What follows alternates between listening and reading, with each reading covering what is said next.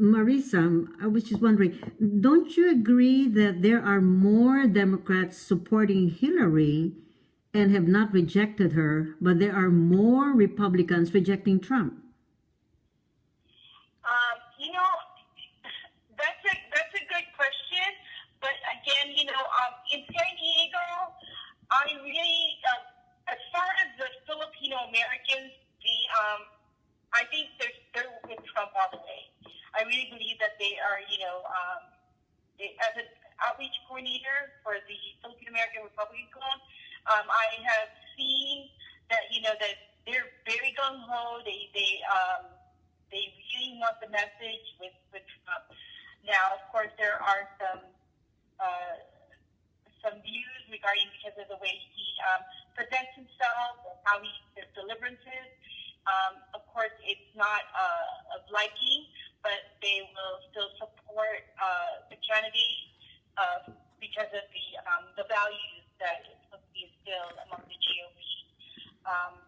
But as far as Hillary's concerned, again, the more Trump continues on what he keeps saying, it will kind of turn the other people to her side by default, as like what the gentleman had indicated. Mm-hmm. What about their choices of vice presidents, like Governor Pence for Donald Trump and Senator Tim Kaine for Hillary Clinton? Do they help their campaigns at all? It was like kind of like a toss-up because a lot of the people probably because they don't know all of them by name recognition, and may not been as visible as here in San Diego the way their pick was, but it wasn't something like that they decided to pick somebody within their group that actually was running within their campaign. They just kind of picked somebody a little bit more on a downplay. So again, because of that toss-up, I think that the stronger contender is the people that are really, really up for bid, which is Hillary and Trump, and how they deliver their message. Mm-hmm. Did you feel, Marissa, somehow in one of the speeches of Donald Trump that though he's a fighter, he was kind of looking at the possibility he might lose, and he says that he will really feel very, very bad if he loses. Is he ready to lose?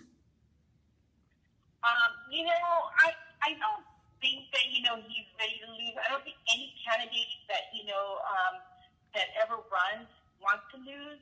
I think that maybe he's probably gotten some feedback on his end that maybe I guess he's feeling optimistic about the situation, and he's not going to change the way he is because obviously he's been the way he has been since the beginning.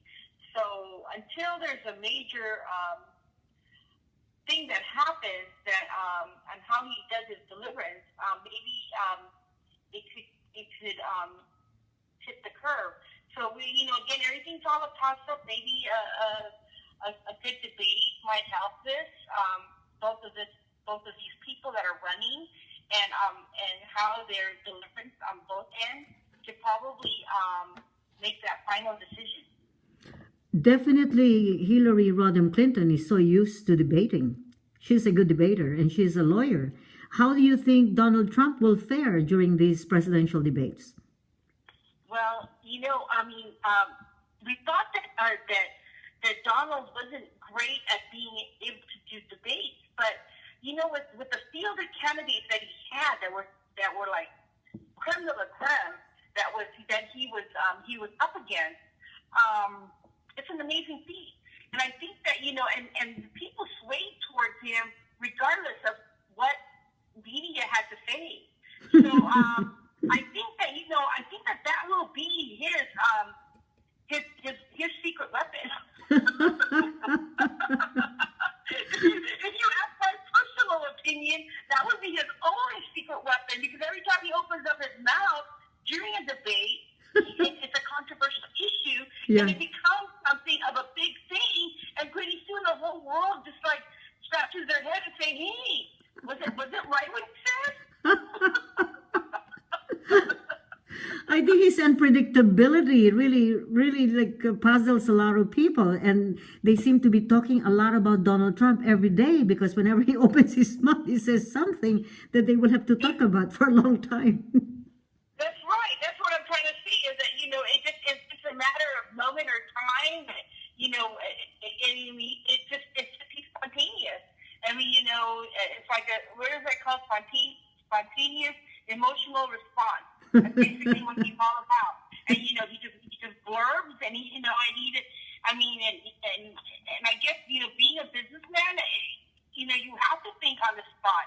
And so, that's what he does best. And maybe it's like you said, it's not politically correct, but I think that his message is very clear as to what he wants to do. And I mean, even like I'm going back to the to the Philippines, for example. I mean, people didn't like Duterte, and and how much he took stand on, and all these things and so forth.